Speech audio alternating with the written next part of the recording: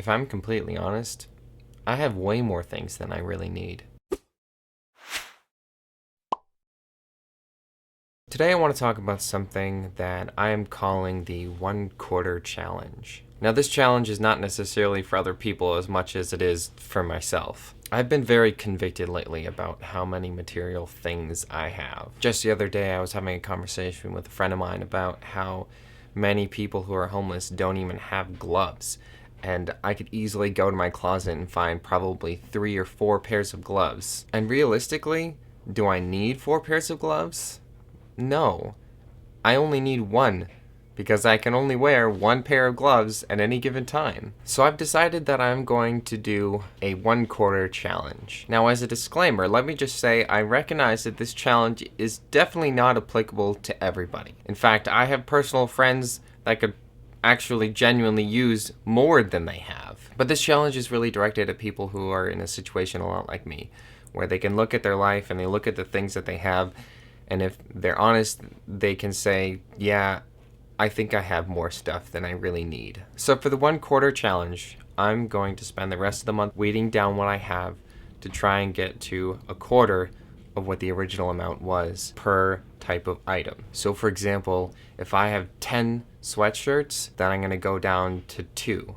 I can't go to 2.5 sweatshirts because then I'd have a crop top and that's just not my style. Or like the gloves I mentioned earlier, I'm just going to go down to 1 pair of gloves. And I'm going to try and do this with everything that I own, with the exception of a handful of things. The things I am not going to cut down on are socks and underwear, because I probably don't even have enough of those, art, and gifts that were given to me that have any kind of genuine sentimental value. Those 3 things are going to be an exception to this challenge. Now, like I said earlier, this challenge is a lot more for me than for other people. I have really genuinely been feeling so convicted about how much stuff that I have. One of the biggest reasons for that conviction is that over the past couple of months, I've been spending time investing in some volunteer work and working with people who are homeless or who are in a situation where they have to be in a shelter, and I've seen what these people have and what they have to their name is so convicting to me. I feel like a hypocrite to be trying to help these people who have virtually nothing and be sitting over here with all of this stuff that is way more than I need. So this challenge is really a way for me to practice what I preach